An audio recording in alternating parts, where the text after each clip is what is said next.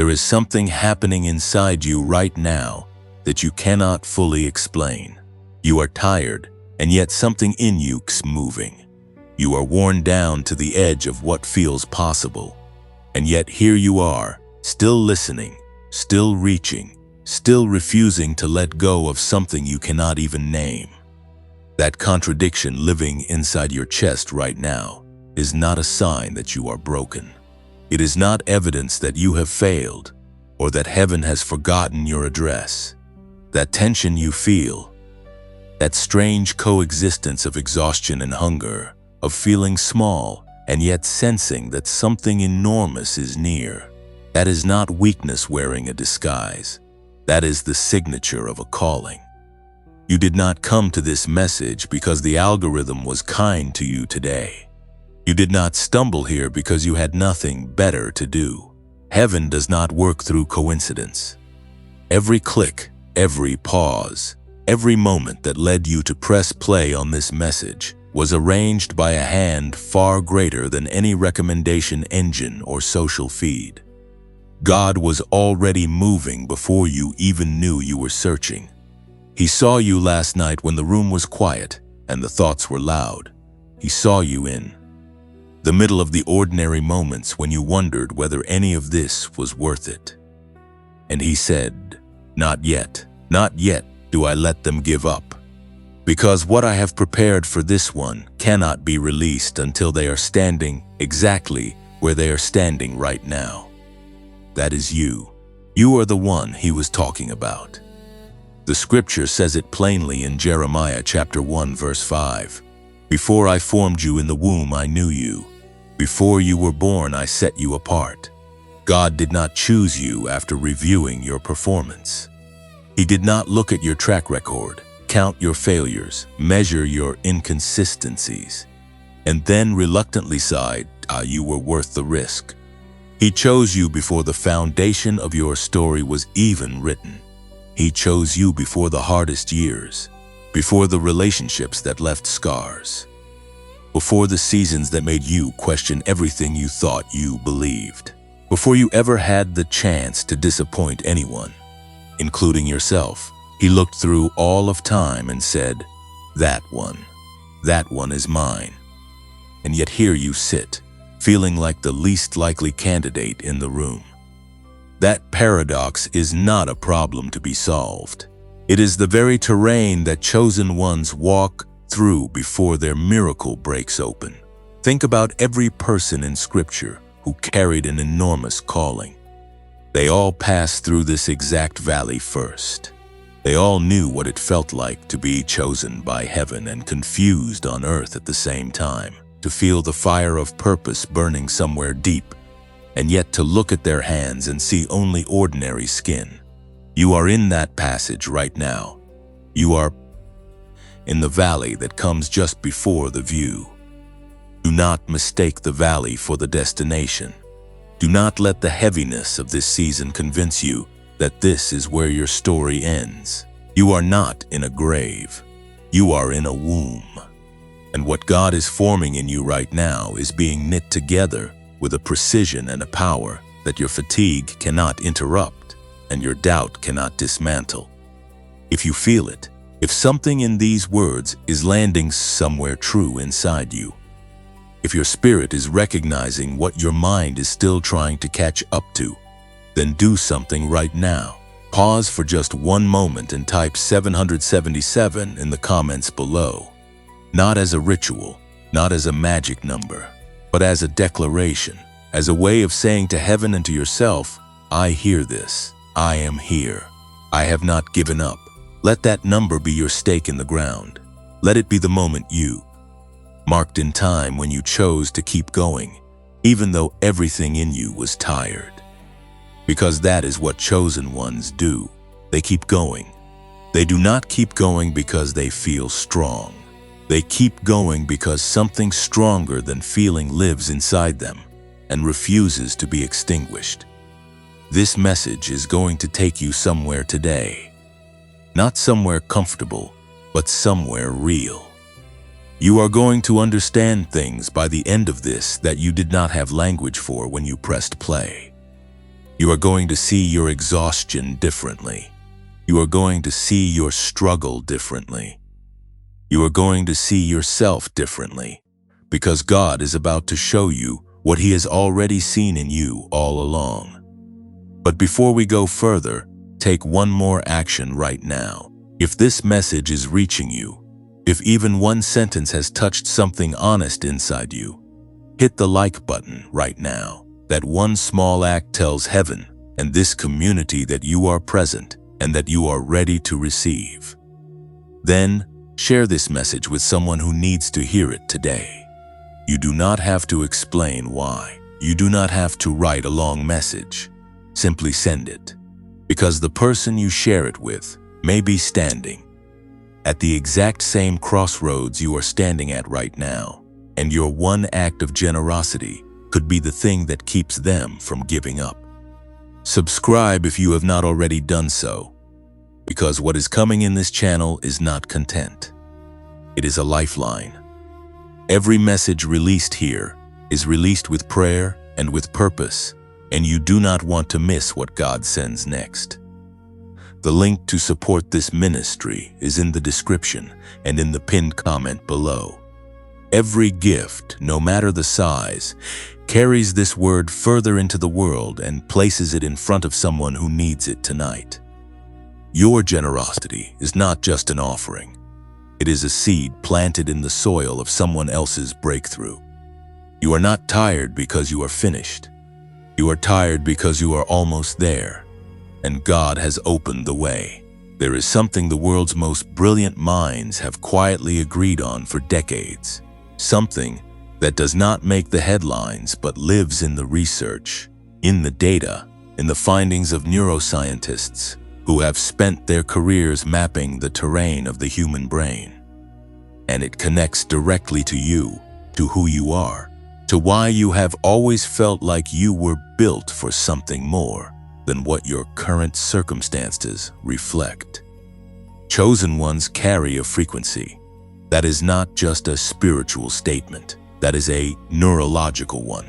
The people throughout history who moved in unusual clarity, who solved problems others could not see, who seemed to access insight from somewhere beyond ordinary thinking. Their brains were operating in a specific measurable state. Researchers call it gamma, and beneath it, creating the conditions for gamma to rise, sits a wave called theta. Together, these two frequencies represent the brain's highest expression of creativity, intuition, learning, and divine-like clarity. Children operate in theta almost constantly. Geniuses access gamma with unusual ease, and spiritual breakthroughs, those moments when something lifts and the path becomes suddenly clear, those moments register in the brain as precise, measurable events. Heaven speaks, and your brain was designed to receive it. But here is what no one told you. Somewhere between childhood and adulthood, between the wonder of being young and the weight of surviving the years that followed, that frequency began to fade. Life does that. Stress does that. Chronic busyness, grief, disappointment, the relentless noise of a world that never stops demanding your attention. All of it slowly pulls your brain out of the state it was created to inhabit. And when that frequency dims, everything feels harder. Focus becomes a fight. Creativity dries up. Sleep becomes shallow. And the voice of God, that quiet inner knowing you used to recognize so easily, starts to feel distant, like a signal you can almost hear but cannot quite tune into. This is not a character flaw. This is neuroscience, and there is a way back. A neuroscientist named Dr. James Rivers has spent more than 30 years studying exactly this. Trained within the rigorous tradition of MIT-level research and connected to studies that reached as far as NASA's exploration of human cognitive performance, Dr. Rivers dedicated his career to one question: what separates the minds that access brilliance from the minds that cannot find their way back to it? After thousands of days of research, after studying patterns across cultures, professions, and generations, he identified something extraordinary. The brain does not lose its capacity for theta and gamma permanently. It loses its pathway, and pathways can be restored. The tool he developed is called the Genius Wave. It is a 7-minute digital audio program built on a technology called brainwave entrainment. Your brain naturally synchronizes with rhythmic external signals, the same way a room full of pendulum clocks will eventually begin swinging together. The specific combination of binaural beats and isochronic tones inside this audio creates a precise signal that your brain follows, gently and naturally, pulling your neural activity from its stressed and scattered state down into theta, and then opening the door for gamma to rise. No effort is required, no meditation experience is needed, no ability to clear your mind or sit in stillness for an hour. You simply put on your headphones, press play, and your brain does what it was always designed to do. 7 minutes is not an arbitrary number.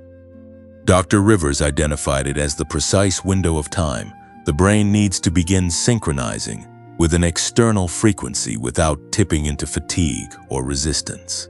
Too short and the shift does not complete. Too long and the mind begins to work against itself.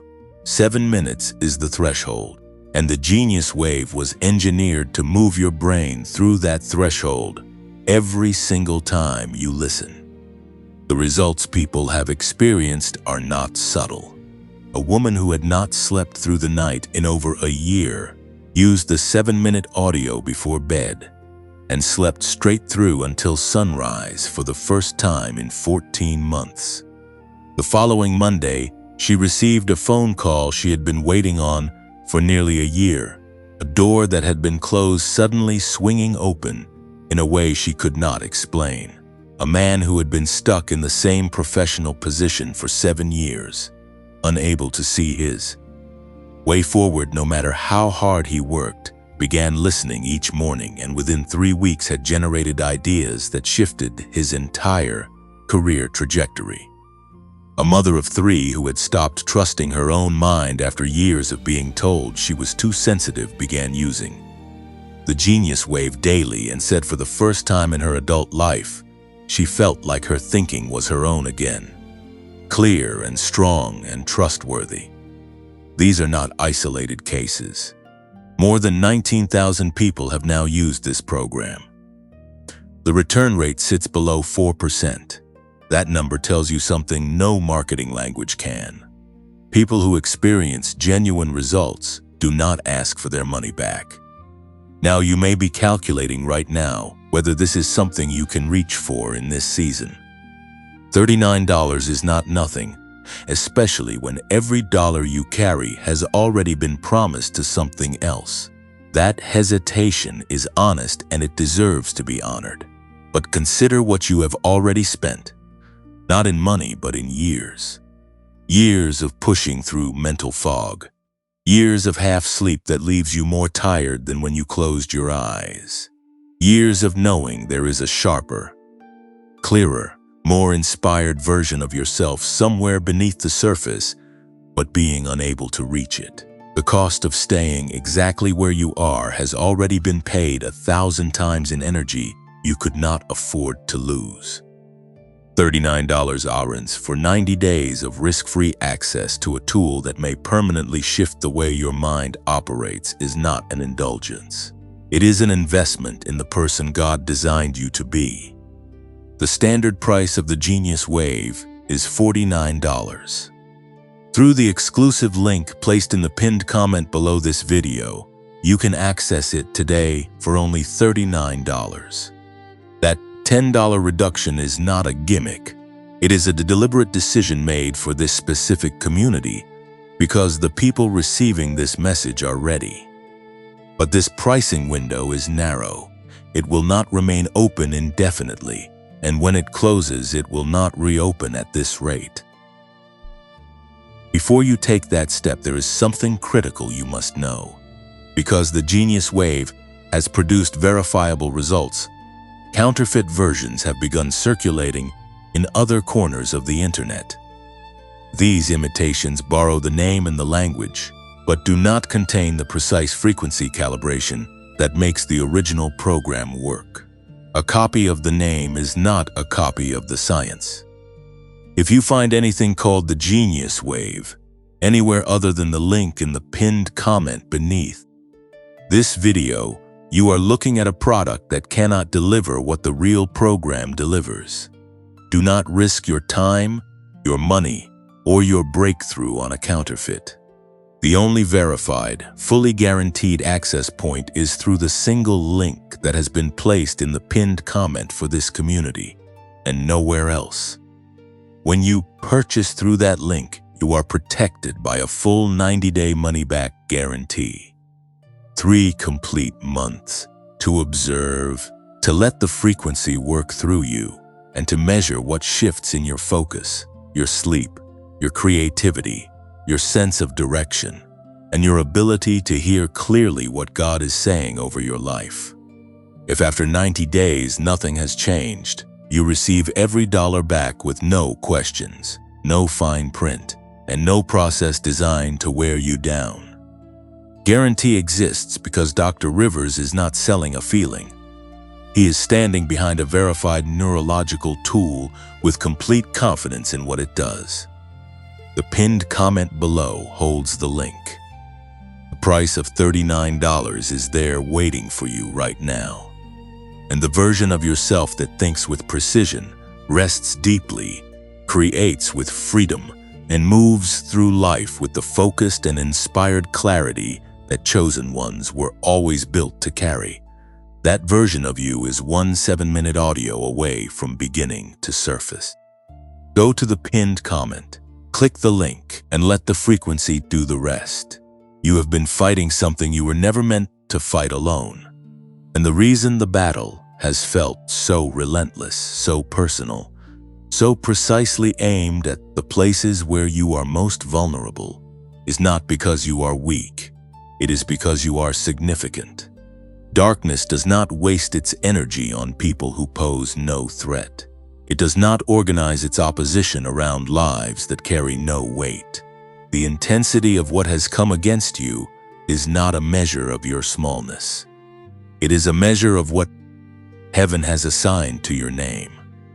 Think about the seasons that nearly broke you, not the inconveniences, not the ordinary friction of daily life, but the seasons that went deep. The ones that targeted your identity, your relationships, your sense of purpose, your ability to believe that any of this means anything. The seasons where the wrong things succeeded and the right things failed. Where you did everything you were supposed to do and still watched doors close. Where you prayed and the silence felt longer than you thought you could survive. Those seasons were not random. They were not the universe being indifferent to your existence. They were targeted. And targeted opposition only makes sense when there is something worth opposing. The enemy knew what was coming for you before you did. That is a statement worth sitting inside for a moment. Before you understood your own calling, before you had language for the gifts that live in you, before you could articulate the vision that stirs in your chest when everything goes quiet, something in the spiritual realm already understood what you were carrying. And it moved against you early. It moved against you strategically. It planted seeds of doubt in the soil of your youngest memories. It used the voices of people closest to you to speak the exact words most likely to make you shrink. It arranged circumstances designed to make you conclude that you were ordinary, that the hunger inside you was arrogance, that the sense of being made for something more was delusion rather than destiny. The scripture is clear on this. 1 Peter chapter 5 verse 8 says this, "Be sober-minded and be watchful, for your adversary the devil prowls around like a roaring lion, seeking someone to devour." Notice the word seeking. It is not passive. It is not accidental. There is an active, intentional search happening in the spiritual realm, and it is aimed at people whose light if it is ever fully released, will illuminate far more than just their own lives. Lions do not hunt what is not worth hunting, and the fact that you have been hunted, the fact that opposition has followed you with such persistence and such precision, is itself a form of confirmation that what lives inside you is worth protecting. But here is what the enemy never tells you about its own strategy. It can only work with what it can see, and what it can see is the surface of your circumstances. It can see the discouragement. It can see the delay. It can see the moments where you almost gave up. What it cannot see, what it was never given access to, is the decree that was spoken over your life before you drew your first breath. It cannot read the plans written in heaven. It cannot access the conversations God has already had about your future. It launched its campaign against you based on incomplete information. And that means every single time it thought it had finished you, it was operating on a misunderstanding of what you actually are. You are not what your hardest season says you are. You are not the sum of what was taken from you. You are not defined by the years that felt wasted or the relationships that left you emptier than they found you, or the opportunities that slipped through your fingers before you understood their value. Those things happened to you, but they did not happen to the calling. The calling is intact. The assignment is unchanged. Heaven did not revise its plans for you because the path got difficult. God does not abandon strategies. He refines them.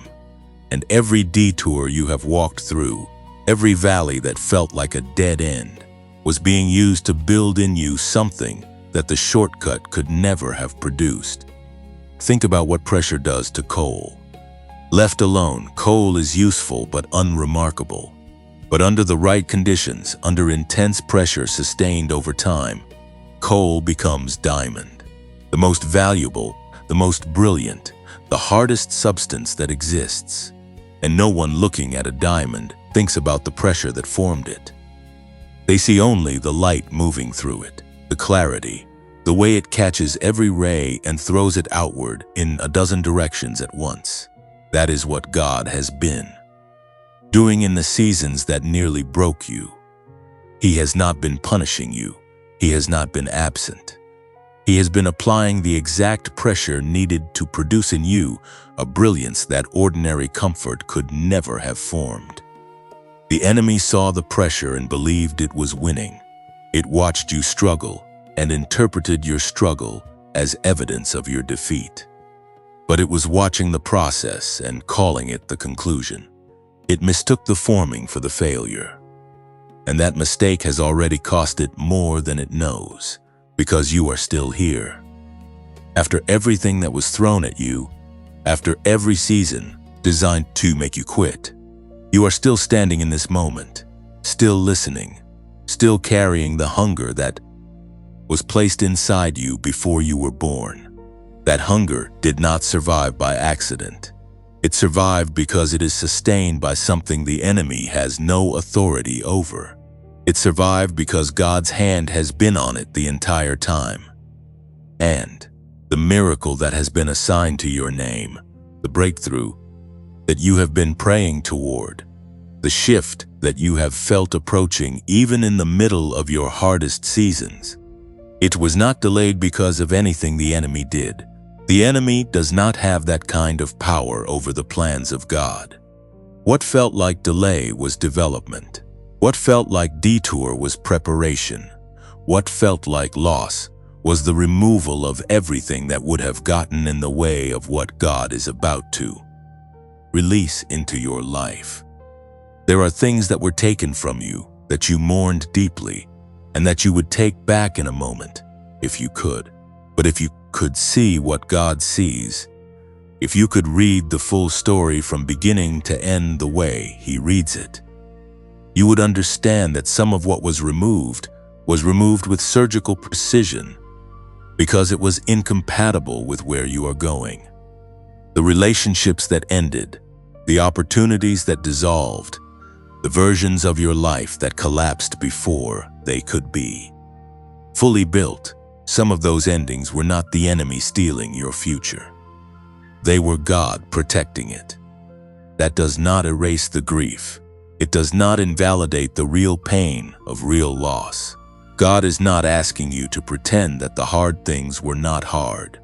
He is asking you to trust that His vision for your life is larger than your loss, that His plans for your future are more complete than anything the enemy has been able to interrupt, and that the opposition you have survived was never strong enough to cancel what heaven decreed over your name before the foundation of the world. The chosen ones who have gone before you understood this, not at the beginning of their stories, not in the middle of their hardest chapters, but in the moments when the breakthrough finally came and they looked back and saw the hand of God woven through every single thing that had tried to destroy them. They saw that nothing had been wasted, that the wounds became wisdom, that the waiting became weight-bearing capacity, that the very things meant to silence them became the source of the weight, authority with which they eventually spoke. That is your story too, not the story of someone who barely survived, the story of someone who was being prepared all along. The enemy fought you with everything it had because it understood something about you that you are only now beginning to fully grasp. You were never just passing through this life. You were sent here, sent with a purpose so specific, so irreplaceable, so woven into the fabric of what God is doing in this generation. That darkness committed significant resources to stopping you before you could arrive at this moment. But you arrived anyway, and that changes everything. You have survived what was meant to silence you, and now something is shifting. Not in the distant future, not in some vague season you have to wait another decade to reach, but right now, in this moment, in this very chapter of your life that still feels incomplete and uncertain and full of unanswered questions. The shift is not coming. The shift is already in motion. And the reason you can feel it, that quiet stirring beneath the fatigue, that sense that something is about to break open even when the surface of your life has not yet reflected it, is because chosen ones feel the movement of heaven before they see the evidence of it in the natural world. This is how it has always worked for the people God marked for something significant. The announcement comes before the arrival. The inner knowing precedes the outward confirmation. You feel it first in the place no one else can see, in the deep interior of who you are, in the part of you that has refused to let go of the belief that your life is supposed to mean something. That refusal is not stubbornness. It is not delusion. It is the signature of a divine assignment pressing against the peak inside of your chest, reminding you that you were not placed here to simply endure your years and then disappear. God has been speaking to that part of you for a long time, even in the seasons when you could not clearly hear Him, even when the noise of life drowned out the signal, and you went days or weeks feeling spiritually disconnected and mentally scattered. He was still speaking. The frequency of heaven never went silent. What changed was your ability to receive it. And that is not a failure of faith. That is the predictable result of a mind under sustained pressure, a mind that has been carrying more than it was designed to carry alone, a mind that has been operating in survival mode for so long that it forgot what it felt like to simply be open. Your brain was designed to receive. That is not a metaphor. That is a biological and spiritual reality that runs deeper than most people ever explore. The same neural architecture that allows you to think, to dream, to create, to solve, to sense the presence of God in a quiet room. That architecture has specific states in which it operates at its highest capacity, states that are not mysterious or inaccessible, but that have been mapped, studied, and understood by researchers who have spent decades asking why some minds seem to move through life with an almost supernatural clarity, while others, equally intelligent and equally devoted, remain stuck in the fog. The answer lives in the frequencies. Theta waves, operating between 4 and 8 cycles per second, are the brain's gateway to deep creativity, accelerated learning, intuition, and the kind of receptive stillness where revelation arrives without being forced. Gamma waves, moving at the highest end of the brain's measurable range, are associated with moments of sudden insight, unified thinking, and what many researchers have quietly described as the neurological signature of transcendent experience. The brain in gamma is a brain that is not just thinking, it is connecting, drawing lines between things that ordinary cognition cannot link, seeing patterns that are invisible from any lower state of awareness. Children live in theta naturally. It is why they learn languages in months that take adults years. It is why their imagination operates without a ceiling. It is why they seem to exist in a state of perpetual openness, to wonder that most adults can only remember from a great distance. And chosen ones, the people throughout history who carried unusual gifts, unusual discernment, unusual creative and spiritual capacity, those people were accessing theta and gamma with a regularity that set them apart. Not because they were a different species, because something in them had either never lost the pathway or had found a way back to it. Dr. James Rivers spent more than 30 years finding that way back. What he developed, the 7-minute audio program called the Genius Wave, is the most accessible and scientifically grounded tool available today for restoring your brain's natural access to these frequencies. 7 minutes each day. No special skill, no prior experience with meditation or neuroscience. Simply the precise combination of sound frequencies that guides your brain, gently and naturally, back into the state it was created to inhabit. The state in which you think more clearly, sleep more deeply, create more freely, and hear more distinctly the voice of the one who designed you. The link to access the Genius Wave is in the pinned comment beneath this video and in the description below. If you have not yet explored what this program can do for the version of you that is about to step into everything God has been preparing, that link is where you begin. $39, 90 days of complete protection, and a frequency that chosen ones were always meant to carry. Now, before this section of the message moves forward, there is something that needs to be said from a place of complete honesty. This channel does not earn revenue from YouTube. There are no advertisements running here, no monetization structure, quietly funding what you are receiving. Every message released on this channel is released purely because there are people who need to hear it. People exactly like you who arrived at a moment of searching and found something that met them where they were. That is the only reason this work continues.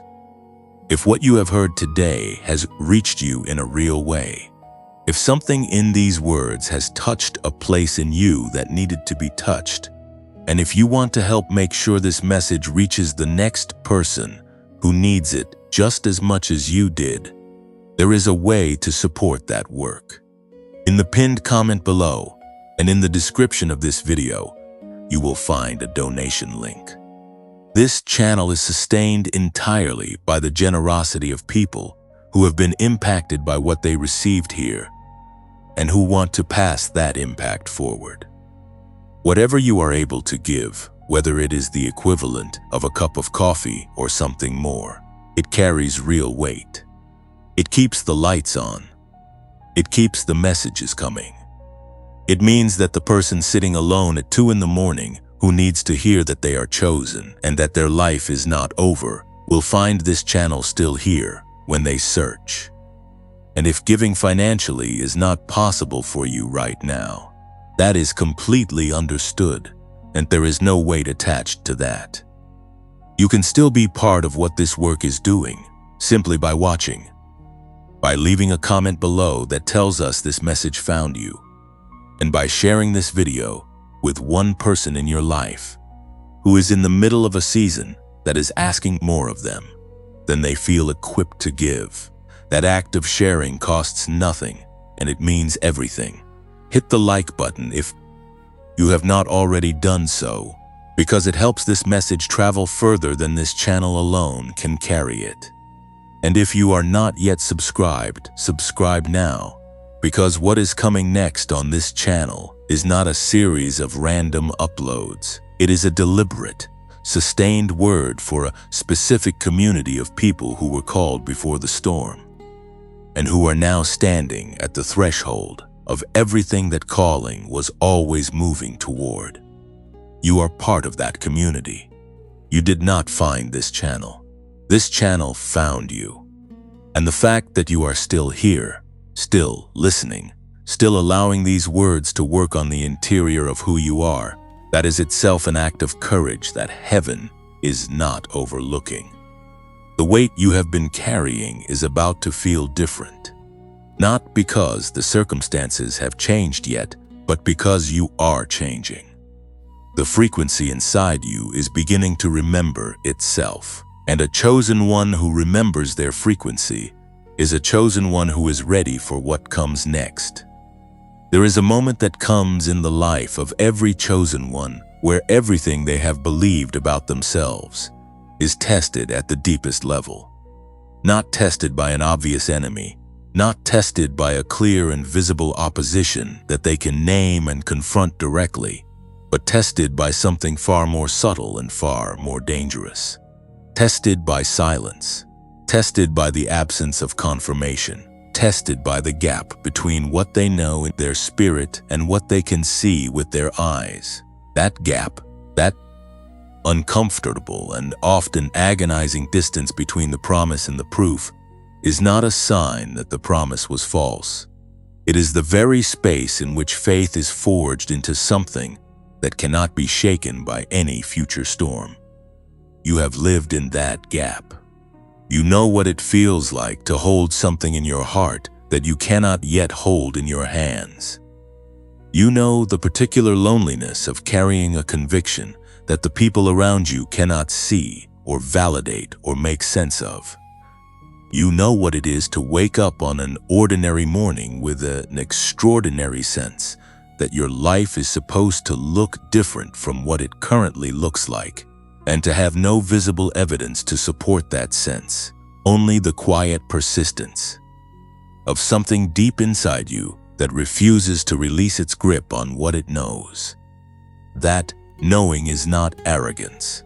It is not wishful thinking dressed in spiritual language.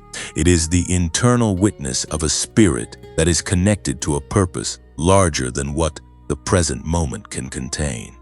And the reason it will not let you go, the reason it follows you into every season and survives every disappointment, and outlasts every version of you that has tried to talk yourself out of it, is because it was placed there by someone whose word does not return to him empty. Isaiah chapter 55 verse 11 says this, "So shall my word be that goes out from my mouth. It shall not return to me empty, but it shall accomplish that which I purpose, and shall succeed in the thing for which I sent it." That verse is not a general statement about the universe being kind.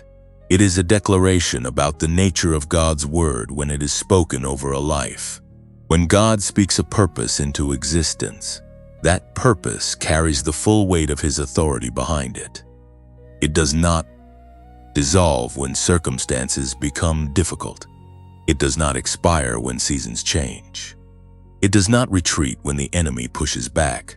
It moves forward, steadily and without apology, toward the exact fulfillment it was always designed to reach. God spoke something over your life before you were born. He did not whisper it, He declared it, and that declaration has been moving through every chapter of your story. Through the painful chapters, and the confusing chapters, and the chapters that seem to have no redemptive arc at all, moving steadily toward a fulfillment that your timeline cannot rush and your doubt cannot cancel. The word over your life is still in motion. It has not returned to him empty. It will not return to him empty, because that is not how he works. But understanding that truth in your mind and inhabiting it in your body are two very different experiences. You can know something theologically and still feel the weight of its absence. You can believe in the faithfulness of God and still lie awake at 3 a.m, wondering why the answer has not arrived yet. You can hold the promise and still feel the ache of the delay, and that ache does not make you faithless. It makes you human, and God is not surprised by your humanity. He did not choose you despite it. He chose you within it, knowing every moment of doubt you would face, every night you would spend bargaining with heaven. Every morning you would rise and choose to keep going, even when keeping going felt like the least rational available option. The miracle that is moving towards you right now is not deterred by your doubt. It is not slowed by your exhaustion. It is not rerouted by the nights you could not pray or the seasons you could not feel anything at all. The word God spoke over your life is not dependent on your emotional consistency for its power. It is dependent on His, and His consistency is not seasonal. It is not conditional. It does not fluctuate with your performance or your feelings or the quality of your quiet time on any given morning. It is as steady as He is, and He does not change. What changes is your capacity to perceive what is already in motion, and that capacity is directly connected to the state of your mind. A mind under chronic stress is a mind that cannot see clearly, not because the truth is hidden, but because the lens through which it is looking has been distorted by pressure, by fatigue, by the accumulated weight of seasons that demanded more than they gave back. A distorted lens does not change what is real. It changes what is visible. And when what is real includes a miracle that is already moving in your direction, the last thing you can afford is a lens that cannot bring it into focus. This is why the condition of your mind matters spiritually, not just practically. This is why the ancient wisdom traditions have always placed such emphasis on stillness, on quieting the noise, on creating interior space where the signal of heaven can be received without the interference of a mind that is constantly in emergency mode. The priests who entered the Holy of Holies did not rush in with their thoughts scattered and their attention fragmented.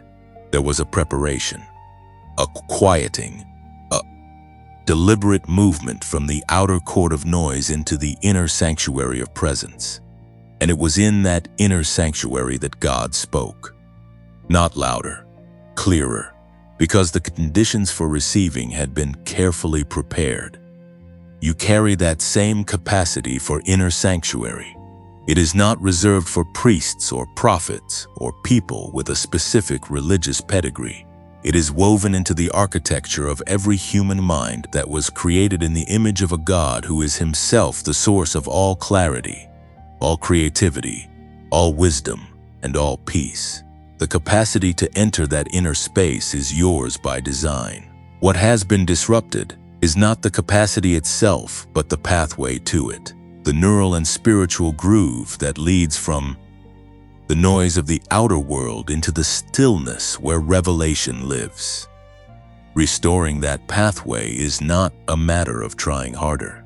It is not a matter of summoning more willpower or disciplining yourself into a stillness that your overstimulated mind cannot sustain. It is a matter of creating the right conditions and then trusting what happens when those conditions are met. The chosen ones who have walked before you understood this.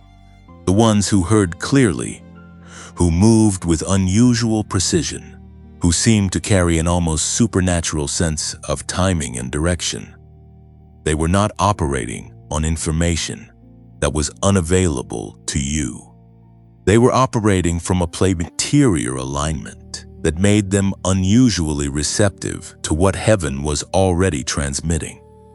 That alignment is available to you, not as a reward for spiritual achievement, not as a prize for the most disciplined or the most theologically educated or the most consistent in their practice, as a gift, as the natural expression of a mind returning to the state it was always designed to inhabit, as the experience of a chosen one who stops fighting to hear and simply creates the space to receive. The miracle that has already left heaven's gate does not need you to perform your way into its path. It needs you to be present enough, clear enough, open enough to recognize it when it arrives, and it is arriving.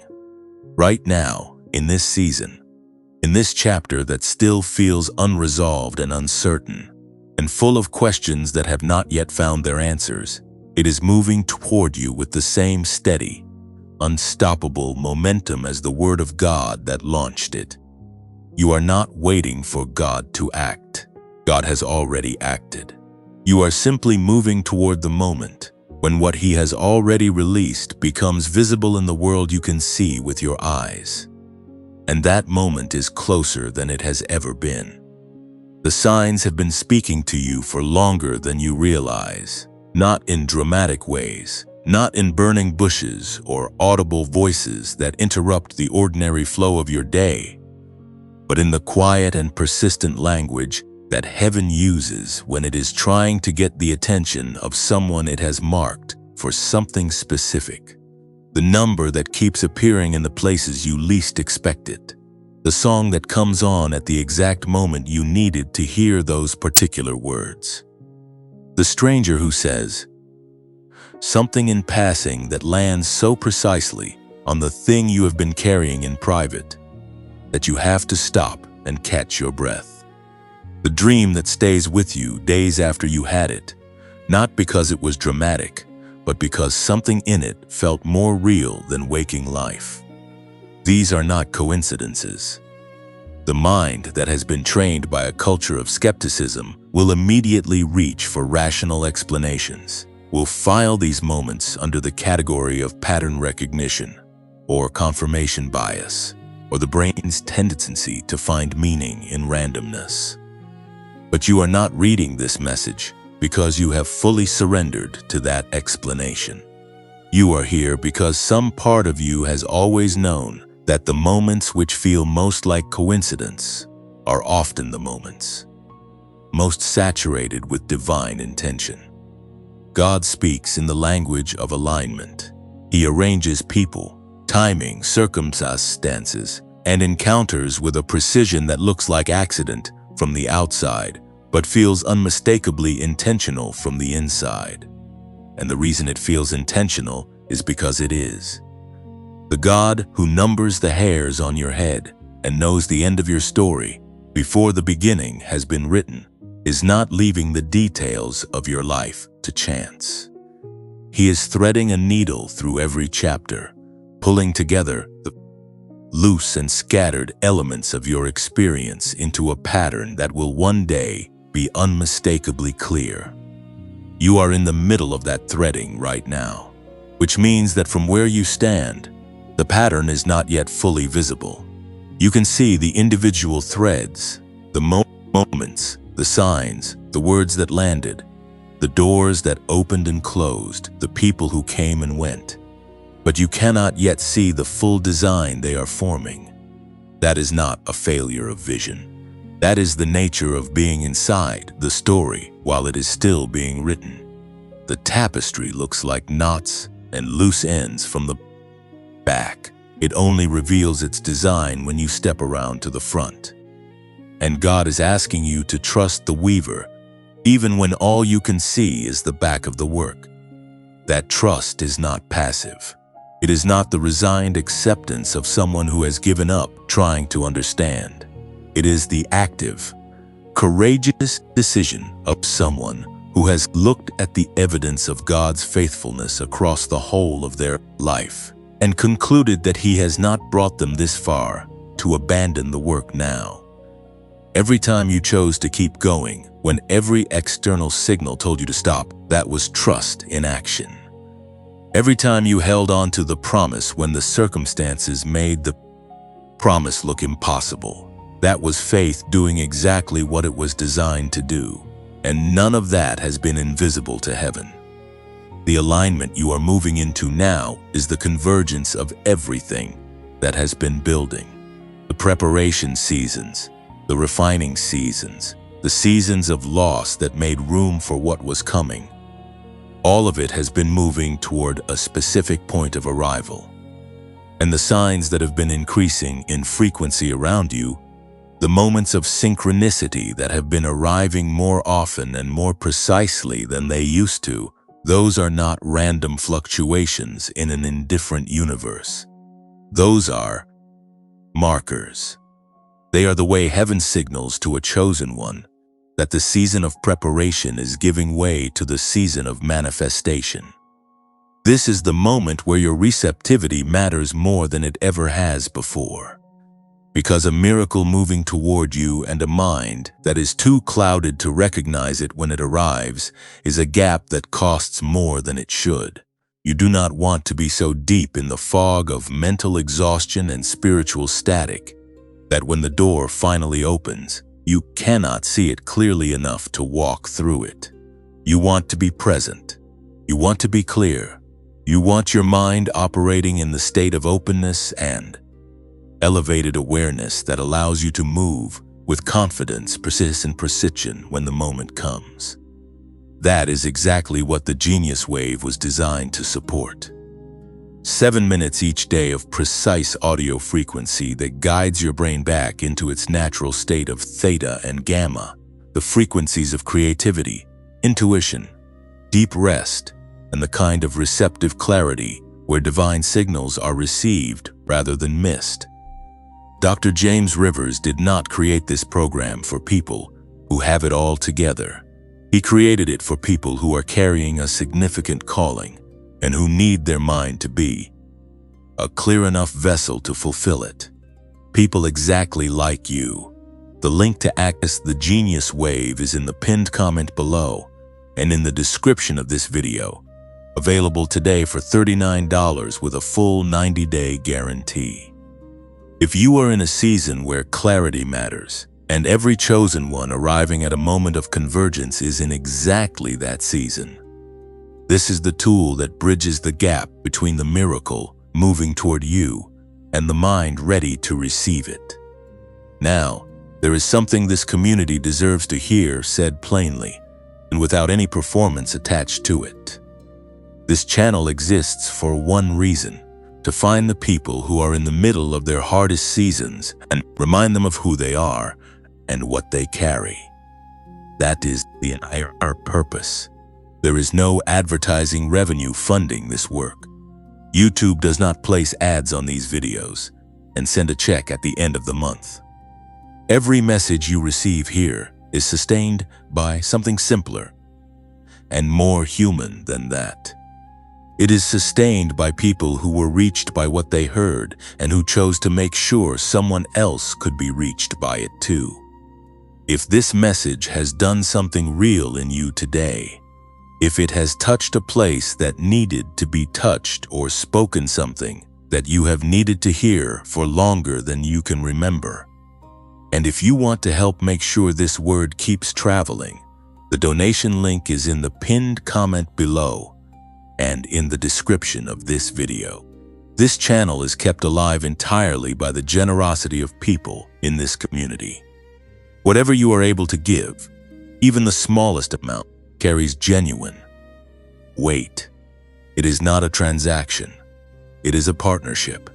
It means that the next person who arrives here at 2 in the morning, not knowing if they can keep going, will find this channel still standing and still speaking when they need it most.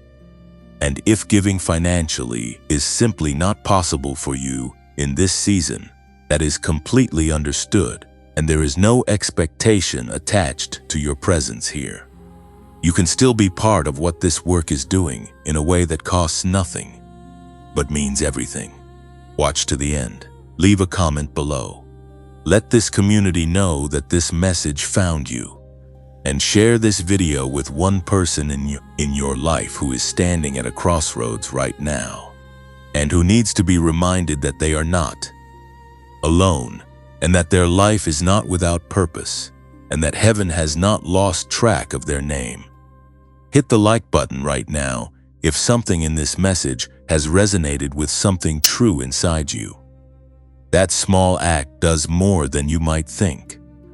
It tells the platform that this content matters, and it helps carry this word into the feeds of people who are searching for exactly what you found today. And if you are not yet part of this community through subscription, subscribe now.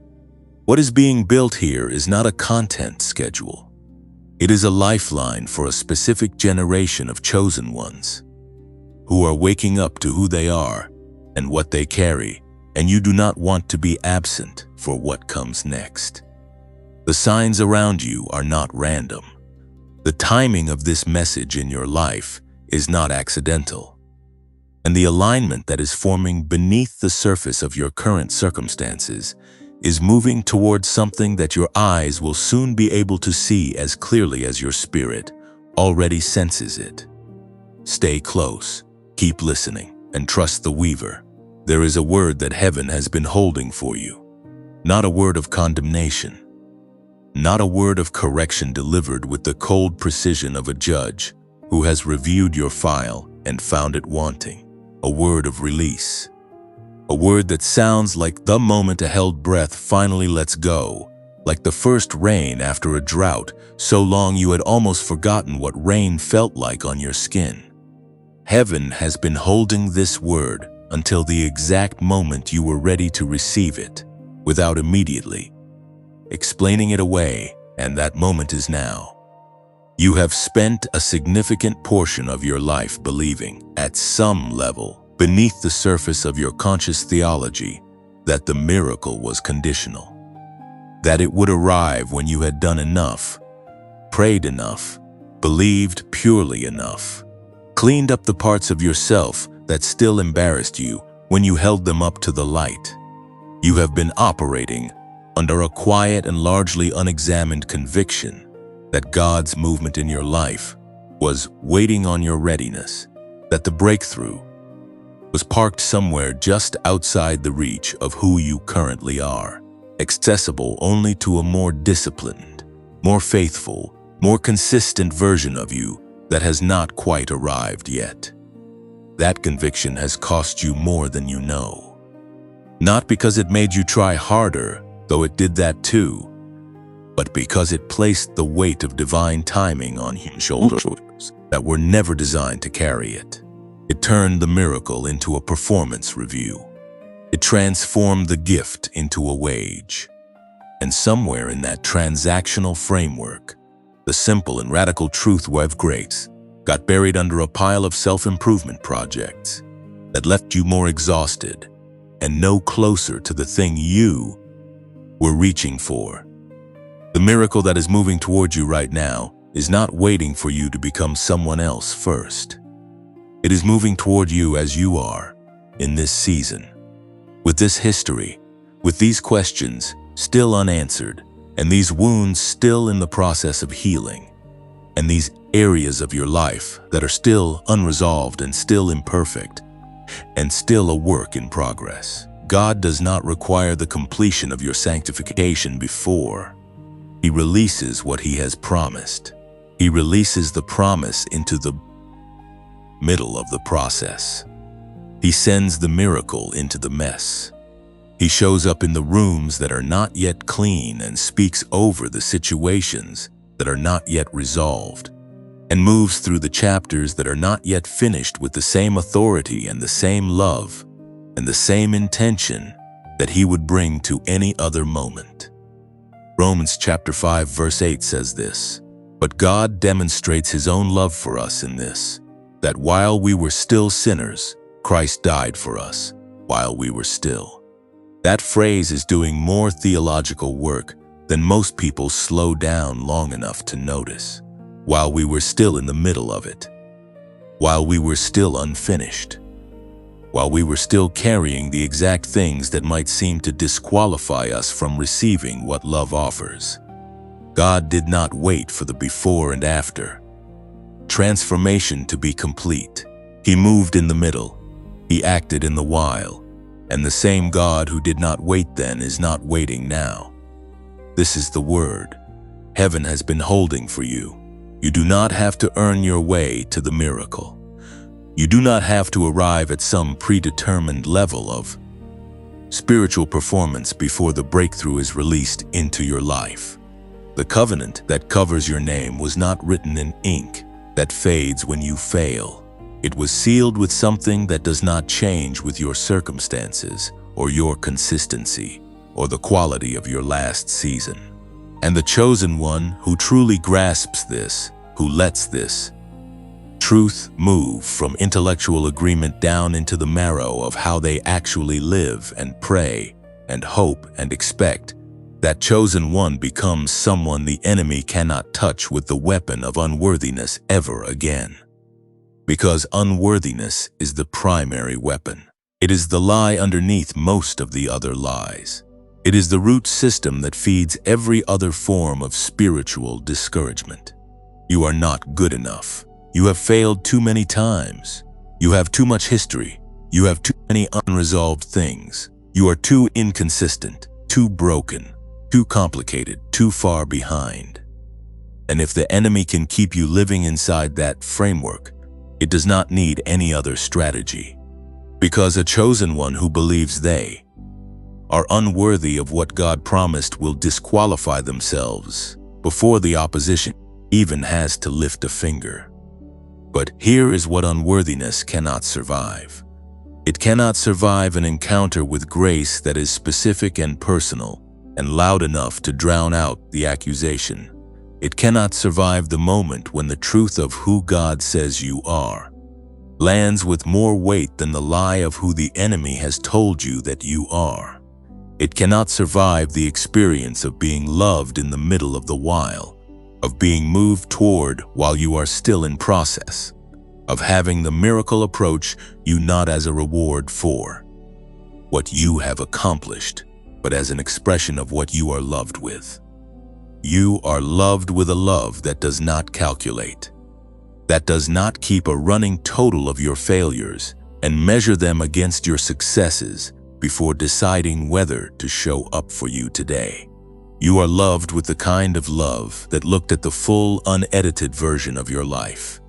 Every chapter, every moment, everything you have done and left undone and wished you could take back and chose you anyway. Not in spite of the whole picture. With full knowledge of it, the answer was you. That is the love that is backing the miracle. That is the authority behind the word that was spoken over your name. Not your worthiness, but his faithfulness. Not your perfection, but his covenant. Not your consistency, but his character, which does not shift with the seasons or fluctuate with your performance or grow tired of the times you have come back to him, carrying the same struggle you brought last time. He is not tired of you. That needs to be said plainly and without softening, because the enemy has worked very hard to convince you otherwise. The silence you have sometimes interpreted as God's disappointment was never that. The delay you have sometimes read as divine withdrawal was never that. The seasons where heaven felt far and prayer felt like speaking into an empty room were not evidence of abandonment. They were evidence of a journey, the kind of deep and necessary journey that forms in a chosen one the capacity to carry what they are about to be given without being destroyed by the weight of it. You are being prepared for weight bearing, not the crushing weight of burden, but the glorious weight of influence, of impact, of being someone whose life becomes a reference point for others who need to know that God is real and that he moves, and that the promises are not poetry but actual declarations with actual fulfillment written into them. The people who are going to be changed by your life have not yet met you. Some of them are not yet in the season where your story will find them, but they are coming. They are moving toward the intersection where your journey and their need will meet. And what happens at that intersection will depend in part on what you chose to believe about yourself in this season. In this moment, in this chapter, where the proof has not yet fully arrived, but the promise is already in motion. Do not let unworthiness write the ending of a story that grace has already claimed.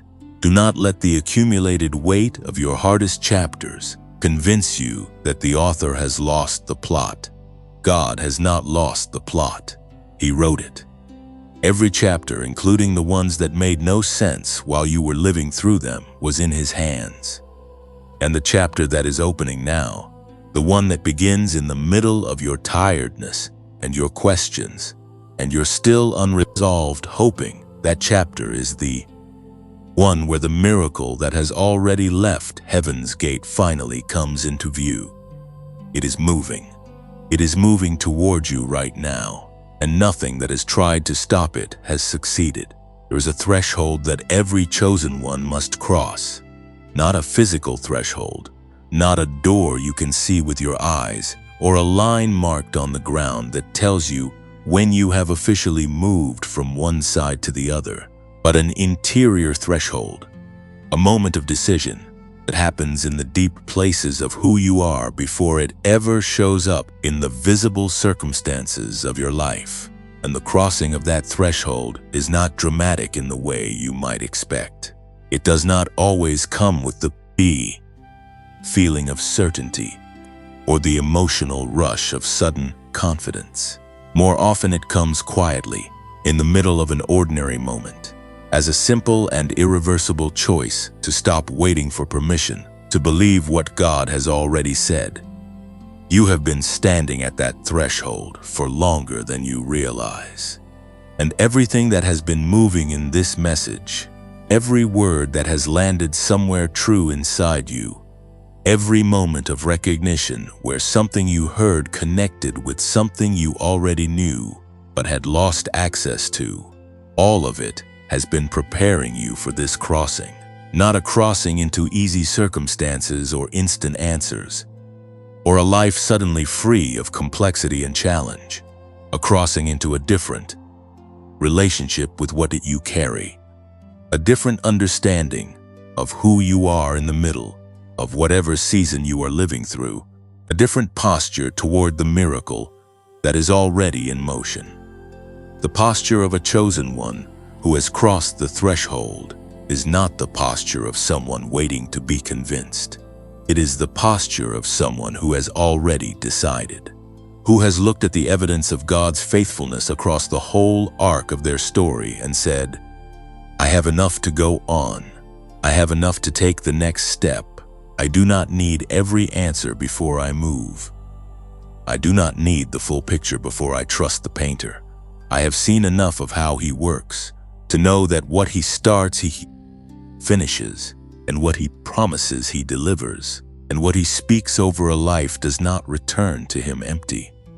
That decision, that interior crossing, is what this moment asking of you. Not a grand gesture, not a public declaration that costs you something significant in front of people who are watching. Just a quiet, settled, unshakable yes, spoken in the place where only you and God can hear it. A yes that says, I am done negotiating with my doubt. I am done waiting for the feeling of certainty before I act on what I know. I am done allowing the gap between the promise and the proof to be occupied by fear instead of faith. If that yes is rising in you right now, if something in these words is meeting something in you that has been waiting to be activated, then do one thing. Pause right now and type I receive it in the comments below. Not as a ritual phrase emptied of meaning, but as a genuine declaration spoken from the interior place where your spirit already knows what your mind is still catching up to. Let those 3 words be the moment you marked in time, the moment you chose to cross the threshold. moment you said yes to what God has already said yes to over your life. Because that is what this is. God already said yes. He said yes before the foundation of the world when He chose you. He said yes at every moment when the enemy tried to close the door and heaven held it open. He said yes in the seasons that felt like no, in the silences that felt like absence, in the delays that felt like denial. He was saying yes the entire time. Yes to the fullness of what He prepared for you. Yes to the completion of what He started in you. Yes to the version of your life that reflects the full weight of the calling He placed on you before you were born. His yes has never wavered, and now He is waiting for yours. The book of Joshua, chapter 1, verse 9, carries a word that was spoken to a man standing at his own threshold, a man who had spent years preparing for a moment he was not sure he was ready for, who had watched his predecessor walk in a level of anointing that made his own feel small by comparison, who was being asked to lead a people into a territory that had never been fully possessed. And God did not speak to him about strategy first. He did not open with logistics or battle plans or the practical details of how the crossing would be accomplished. He opened with this: "Have I not commanded you? Be strong and courageous. Do not be frightened and do not be dismayed, for the Lord your God is with you wherever you go." Wherever you go, not wherever you arrive, not wherever you perform well enough to deserve His presence. Wherever you go, in the crossing, in the middle of the uncertainty, in the steps taken before the waters part, in the moments of obedience that precede the visible confirmation, He is with you in all of it. Not waiting at the destination to greet you when you finally get there, walking with you through every step of the threshold crossing itself. That is the God who is with you right now.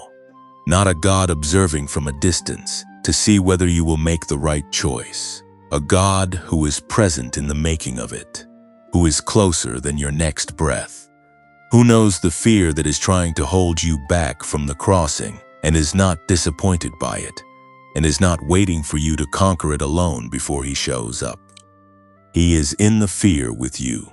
He is in the uncertainty with you.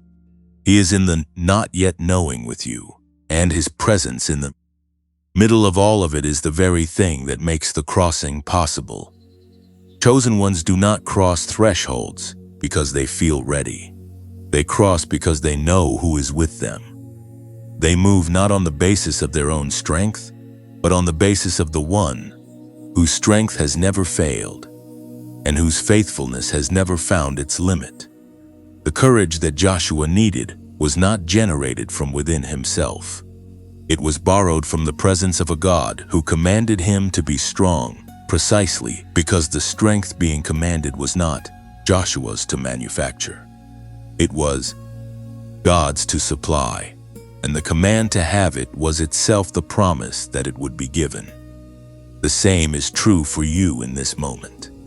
When God calls you to cross the threshold, He is not asking you to do it in your own strength. He is not standing at the other side of the crossing saying, "Good luck, and let me know how it goes." He is saying, "I have already gone before you. I have already prepared what is on the other side. I have already made a way through what looks like an obstacle and a path through what looks like a wall. All I am asking you to do is take the next step. Just the next one. Not all of them at once, not the whole journey in a single moment of bravery, just the next step. And the next step right now is simple. It is interior. It is the decision to receive what God has already released. To open your hands and your heart and your mind to the miracle that has already left heaven's gate and is already in motion toward the life that has your name written on it. To stop bracing for disappointment and start positioning for arrival. To shift from the posture of someone, hoping God might come through, to the posture of someone who has decided that He already has, and that the evidence is simply in transit. type "I receive it" in the comments right now. Let that be your threshold crossing. Let that be the moment your yes met his. Let that be the stake in the ground that marks the day everything began to shift. Not because the words carry magic, but because the decision behind them carries weight, the weight of a chosen one who has finally stopped negotiating with their doubt and started walking in the direction of everything God prepared for them before the world began. The threshold is here, and you were always meant to cross it. There are people whose lives have already been changed by everything this message carries. Not people in another country, living circumstances so different from yours that their transformation feels irrelevant to where you are standing. People who were sitting in the exact same interior place you have been sitting in. People who knew the particular weight of carrying a calling that had not yet broken through into visible reality. People who understood what it felt like to believe in something they could not yet see, to hold a promise that had not yet produced its evidence. To wake up morning after morning in the same unchanged circumstances, while the fire of something more continued to burn in them, without explanation and without apology. These are not constructed stories assembled for the purpose of persuasion. These are the testimonies of real people who arrived at a threshold that looked very much like the one you are standing at right now, and who chose to cross it. And what happened on the other side of their crossing is the reason this section of the message exists. Because chosen ones need to hear from other chosen ones.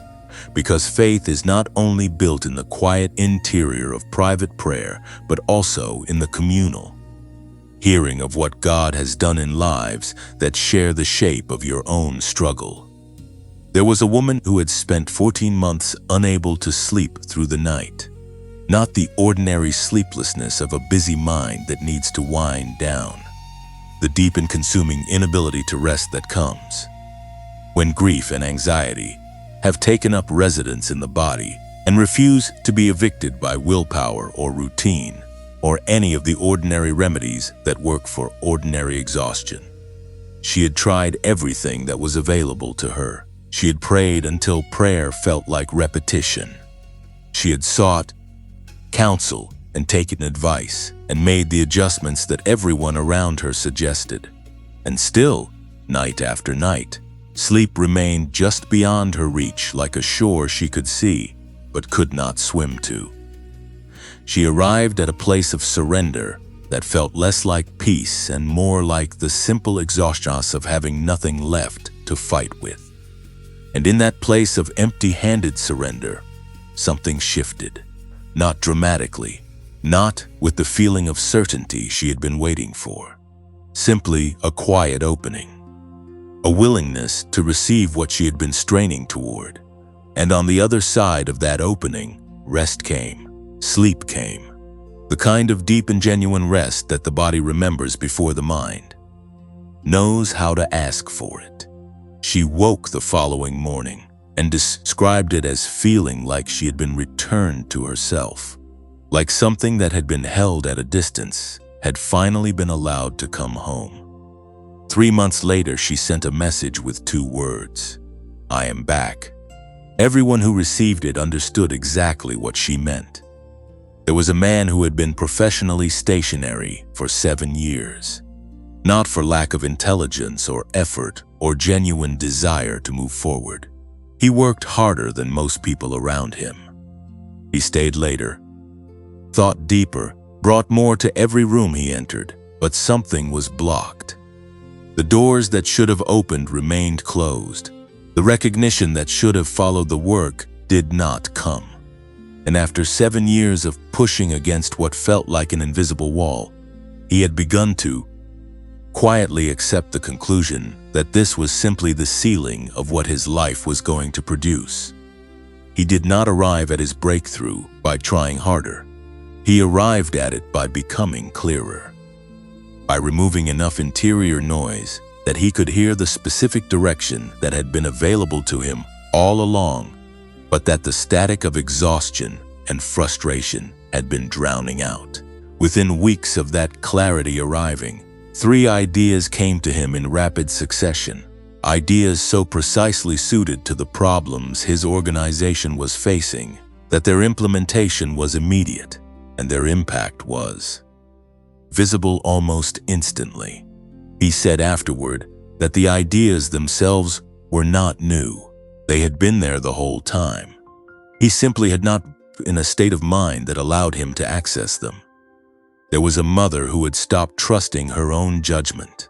Years of being told she was too much, too sensitive, too emotional, too intuitive in a world that valued a different kind of knowing, had slowly dismantled her confidence in the very gifts that were her greatest strength. She had learned to second-guess herself before anyone else had the chance to. Had become the first voice to discount what she perceived and the first hand to dismiss what she felt, preemptively silencing herself to avoid the discomfort of being silenced by someone else. What she experienced in her breakthrough was not the sudden arrival of external validation. It was the interior restoration of something that had been there all along. The recovery of trust in her own perception. The recognition that what the world had called her weakness was actually the precise instrument God had designed for the specific work He had always intended her to do. She did not become a different person. She became more fully the person she had always been, before the years of being told that person was not quite right. Psalm chapter 34 verse 18 says this, "The Lord is close to the brokenhearted and saves those who are crushed in spirit." That verse is not a consolation prize for people who did not qualify for something better. It is a location marker. It tells you exactly where God positions Himself in relation to human suffering, not at a distance observing the brokenness with compassion from afar. Close, actively close. Present in the specific geography of the crushed and the shattered and the people who have been pressed so far down by the weight of their circumstances that they are no longer sure they can rise. He is close to you in this. Not close to the version of you that has it together. Close to the version of you that is still in the middle of the breaking. And the saves in that verse is not past tense only. It is present and continuous. He is saving. He is actively engaged in the work of restoration in your life right now. In this season, in this chapter, that still feels unresolved and incomplete and full of questions that have not yet received their answers. The testimonies of the people who have gone before you are not meant to make you feel behind. They are not measuring sticks held up against your timeline to show you how much further you have to go. They are promises in narrative form. They are what grace looks like when it moves through a specific human life and produces the thing that only God could have produced. And every single one of those stories began in a place that felt exactly like where you are right now. They began in the 14 months of sleeplessness.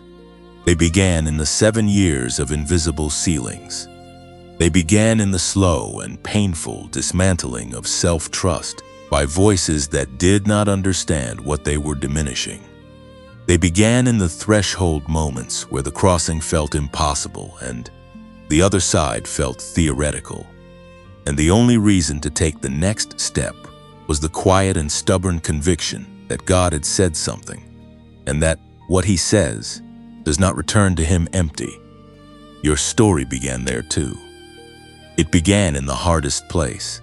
It began in the season that tried to take from you the very thing it was forming in you. And it is continuing now, in this moment, with this word landing in you, and doing the work that words released with purpose and prayer are designed to do. The people whose testimonies you have just heard are not special in the way the world uses that word. They are not uniquely gifted or unusually favored or operating under a category of grace that is unavailable to you. They are chosen ones who crossed the threshold, who said yes when their circumstances were still saying no, who received before the evidence arrived, and then watched the evidence follow the receiving with a precision that could only be described as divine. That is the pattern. Receive first, evidence follows. Not because God is testing your blind faith with a cold and clinical detachment, but because the receiving itself is the act that opens the channel through which what He has already prepared can begin to flow. The miracle does not wait for your circumstances to change before it moves. It moves in response to the interior posture of a heart that has decided to believe that it is already in motion. And it is, for you. Right now, in this season that still feels incomplete, in this chapter that has not yet shown you its ending, the miracle that has your name on it is already in motion. The testimonies you have just heard are simply previews of the genre your story belongs to. And the God who authored their breakthroughs is the same God who has been authoring yours from the very beginning. He has not changed His approach. He has not revised His intentions for your life. He has not looked at the timeline of your journey and concluded that the delay has gone on too long and the investment is no longer worth making. He is as committed to the completion of what He started in you today as He was on the day He first spoke your name into existence. And that commitment does not waver, not for a single moment, not even in the ones that felt most like abandonment. You have traveled far in this message, not just through words on a screen or audio moving through your ears, but through something that happened in the interior of who you are while you were listening. Something shifted while you were here. Something that was closed began to open. Something that was tightened by the weight of too many hard seasons began, even slightly, to release. And that movement, however subtle it may have felt, is real. It is not the product of emotional manipulation or the temporary warmth of inspiring language that fades when the video ends and ordinary life returns. It is the movement of a spirit, being reminded of what it has always known, but had temporarily lost access to under the accumulated pressure of the journey. You are a chosen one. Not to the flawless or the finished or the people whose lives look from the outside like everything is working exactly as it should. It is a designation spoken by a God who sees the whole picture, who reads the whole story, who knows the ending before the middle has resolved itself, and who looks at you in the fullness of everything you are and everything you have been through and everything you are still carrying and says, this is the one I chose. Not eventually, not conditionally now. As you are in this season, with this history, with these unresolved questions and these still healing wounds and this beautiful, stubborn, irrepressible refusal to stop reaching for something more.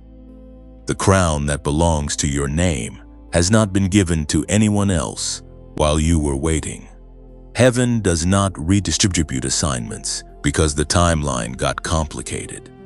What was prepared for you is still prepared for you. What was spoken over your life is still in motion, and the God who began a good work in you is faithful to bring it to completion, not because you have earned that faithfulness, but because that is simply and profoundly who He is.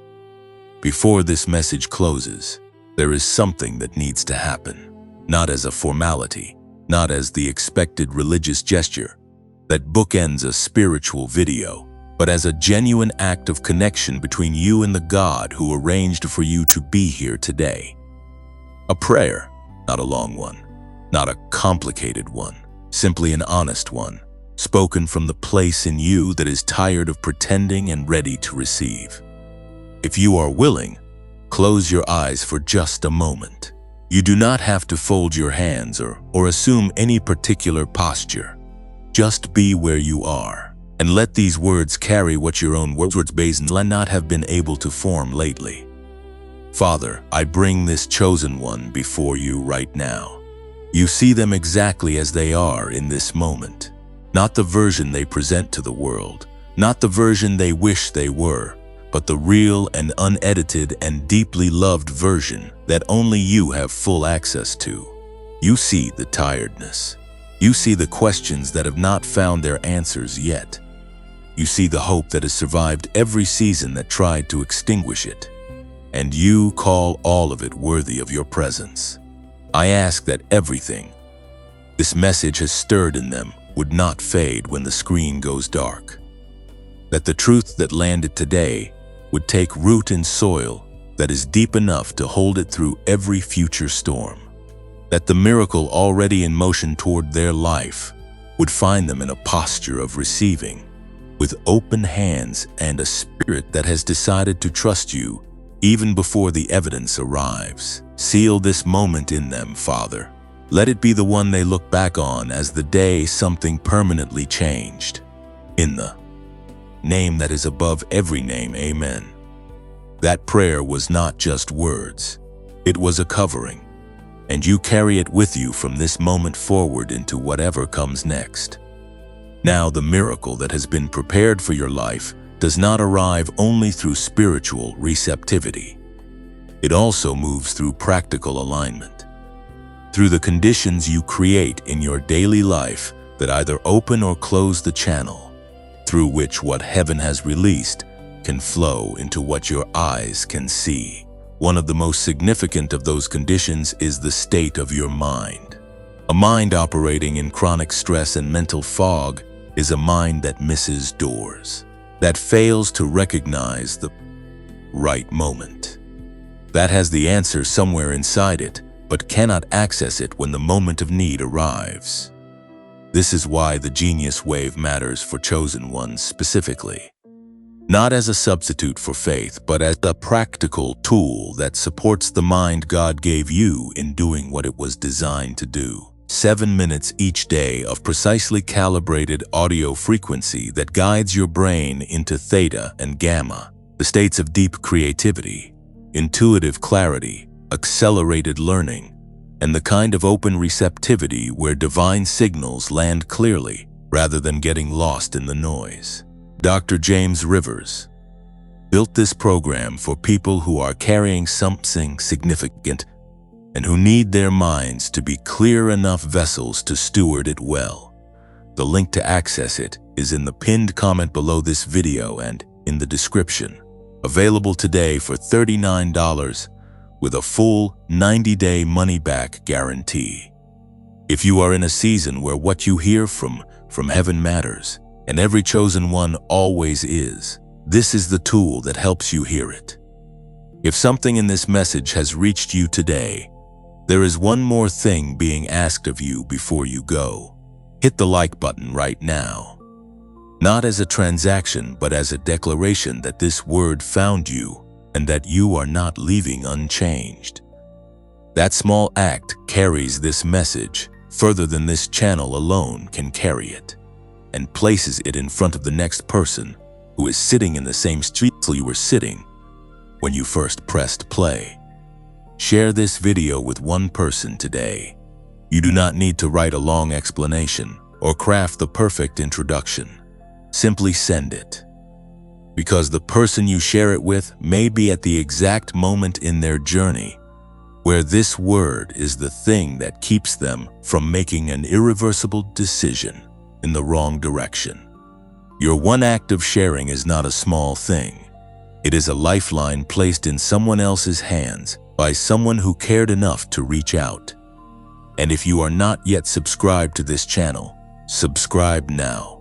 What is being built here is a consistent, sustained, prayerfully prepared word for a community of chosen ones who are waking up to their identity and their assignment in this generation.